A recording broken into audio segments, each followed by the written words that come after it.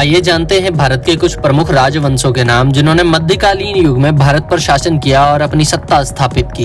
प्रतिहार राजवंश। राजा मिहिर भोज इस राजवंश के सबसे शक्तिशाली शासक थे। वह 840 ईस्वी में शासक बने और 50 वर्षों तक राज किया। गुर्जर प्रतिहार शासकों ने सिंध से आगे बढ़ती हुई विदेशी शक्ति को लंबे समय तक रोके रखा था और उत्तर भारत में उनका विस्तार कभी नहीं होने दिया।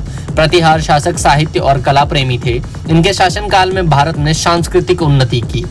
घेड़वाल राजवंश। इस वंश का संस्थापक चंद्रदेव था।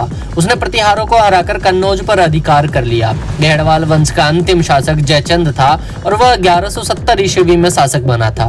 गौर वंश के शासक मोहम्मद गौरी ने जयचंद पर आक्रमण किया और कन्नौज पर अधिकार कर घेड़वाल वंश की सत्ता समाप्त कर दी। चौहान वंश। इस वंश का राज्य अजमेर सांबर के भूभाग पर फैला हुआ था। चौहान वंश का प्रथम शक्तिशाली शासक विग्रह राज था। पृथ्वीराज चौहान तृतीय इस वंश के सबसे प्रतापी शासक माने जाते हैं। उन्होंने 1182 में चंदेल शासक परमाल को पराजित कर अपने साम्राज्य का विस्तार किया और 1191 में अफगानिस्तान के गौर वंश शासक मोहम्मद गौरी को तराइन के प्रथम युद्ध में पराजित किया। वह द्वितीय युद्ध में पृथ्वीराज को भी पराजय का सामना करना पड़ा था। गुहिल राजवंश।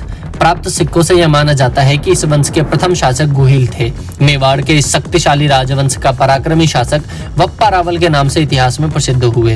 बप्पा रावल ने नागभट्ट प्रथम आदि शासकों का संघ बनाकर सिंध को अरब आक्रमणकारियों से स्वतंत्र किया और अनेक क्षेत्रों को जीतकर अपना प्रथम प्रभाव स्थापित किया। आगे चलकर गुहिल राजवंश सिसोदिया वंश कहलाया। इस वंश में राणा हम्मीर, क्षेत्र सिंह, राणा मोकल, राणा कुंभा, राणा सांगा, महाराणा प्रताप एवं राणा राज सिंह प्रतापी शासक गिने जाते हैं। मेवाड़ का यह शक्तिशाली राजवंश भारतीय इतिहास में पराक्रमी और बाहरी आक्रमणकारियों के विरुद्ध संघर्ष के लिए सुप्रसिद्ध है। इस राजवंश के साथ उत्तर भारत में चंदेल वंश भी था। आल्हा और उदल इसी शासक के वीर सामंत थे। परमवार वंश का प्रमुख प्रतापी शासक राजा भोज रहे। सोलंकी वंश के समय महमूद गजनवी ने सोमनाथ मंदिर पर आक्रमण कर मंदिर को लूटा व तोड़ा।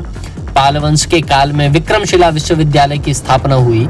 सेन वंश के काल में गीत गोविंद के रचयिता जयदेव उनके दरबारी बने रहे। कलचुरी राजवंश। उत्तर भारत के प्रमुख राजवंशों में से कलचुरी वंश भी एक था। इसका संस्थापक कोक्कल था, जिसने त्रिपुरी को अपनी राजधानी बनाया। इस शाखा की दूसरी राजधानी रतनपुर थी।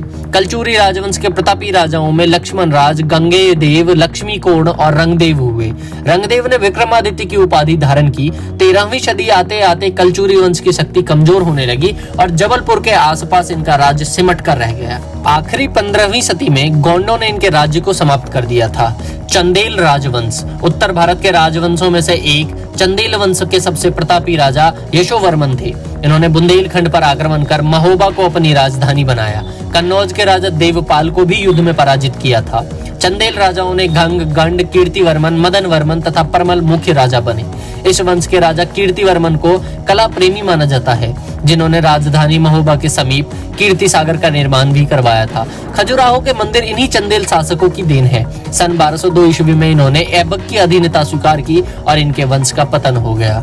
उत्तर भारत के प्रमुख राजवंशों की शासन व्यवस्था पूर्णतः निरंकुश थी, परंतु शासक अपने मंत्रियों की सलाह भी लेते थे। सामंत प्रथा प्रचलित थी, जो स्वतंत्र रूप से शासक के अधीन रहते हुए कार्य करते थे। उस समय ग्राम पंचायतें थी जो कि राजकीय हस्तक्षेप से मुक्त थी। दोस्तों, वीडियो अच्छी लगी हो तो एक लाइक जरूर करें और चैनल को सब्सक्राइब करना ना भूलें। मिलते हैं अगली गाथा में, तब तक के लिए धन्यवाद।